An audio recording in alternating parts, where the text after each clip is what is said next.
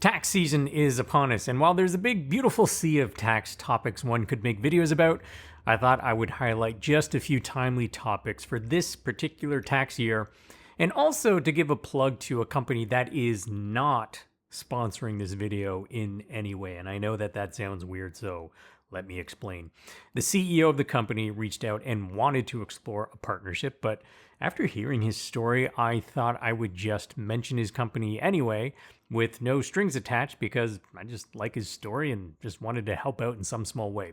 The CEO is Nim Balachandran, and his family immigrated to Canada in the mid-2000s from Sri Lanka due to a tsunami. He didn't speak a word of English when he got here. Eventually he did learn. And fast forward a bit, he started a company called CloudTax, which helps people file their tax returns online. Now, I only spoke with him for a little bit, but I like the guy. And I think I had a soft spot for him because my father was a refugee. He escaped Uganda during the reign of Idi Amin. And if you don't know who Idi Amin is, he was known as the Butcher of Uganda. In the early 70s, Amin essentially ordered the expulsion of all Asians out of Uganda. And my father was one of the exceptions, I believe, because I think it was he had just graduated medical school and was deemed important. So they said, hey, you're going to stick around. He actually ended up escaping, barely, with one small suitcase and I think 50 pounds, 80 pounds, 30, I forget the exact number. Eventually, he found his way to Canada, worked incredibly hard, and the world is a better place because of him. Now, I am not endorsing the company or vouching for them, but I know my mother would say, you help this boy out. And I'm a mama's boy, so here we are. So check out CloudTax. I think most people can file their returns for free using their software online, but they also have a $30 option where someone basically does everything for you. So a human will actually review everything. I kicked the tires a bit. The interface is nicely laid out, and from what I've seen, I kind of like it. Okay, so with that said, let's take a look at 3 quick topics to be mindful of this tax season. And there are others. These are just 3. 1, you may have to account for CERB and CRB and other pandemic income supports. 2, there is a simplified method of claiming a work from home expense deduction. And 3, cryptocurrencies are all the rage, and so you should know that you might have tax on your gains that you need to report and pay. Okay, so first up, CERB and CRB. Keep in mind that these were both taxable, but CERB had no taxes withheld, and CRB has 10% tax withheld.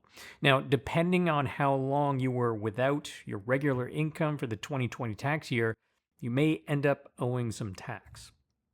So for example, with CERB, you'll get a T4A if you applied through the CRA portal, or you'll get a T4E if you got it through Service Canada. I'll use the CloudTax website to run through some numbers. Let's say you earned $24,000 working at Rose Video, but you lost your income due to COVID-19. You received CERB in the amount of $8,000, and in this particular case, there are other credits and deductions in this test account.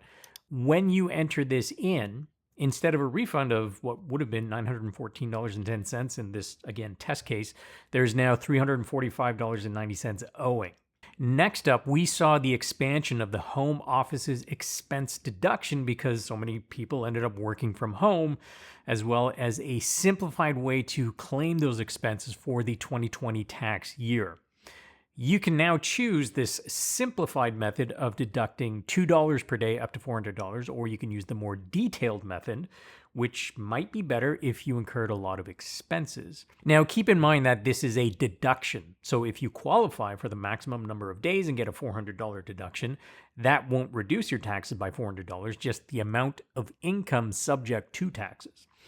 The actual savings in your pocket will be much less. In this case, we enter in 200 days of working from home and we get $60 in savings as the tax owing drops from $345.90 to $285.90 in this case.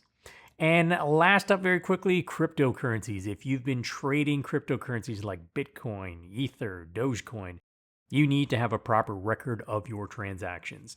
The gains can either be taxed as capital gains or they can be deemed to be business income, and that difference can have a big impact on any taxes owing. But perhaps more importantly, I'm finding there are a lot of people who didn't know that income tax applies to the gains you've made on cryptocurrencies. So hopefully you've set aside some money to pay those taxes, and if not, I am sorry to be the bearer of bad news. Lastly, let me just say that if you have any tax questions, you should direct them to a tax professional. And as a last plug for CloudTax, they do have low-cost options where a human will review your return, and their chat support was snappy when I was testing them out. So give them a look this year if you file your own taxes online or are interested in starting. So, happy filing, if that's a thing. Is that a thing? Do people say that? Maybe just Mark Goodfield. Hope you like this video. Hit the subscribe button, the like button, all that standard jazz, and I'll see you in the next video.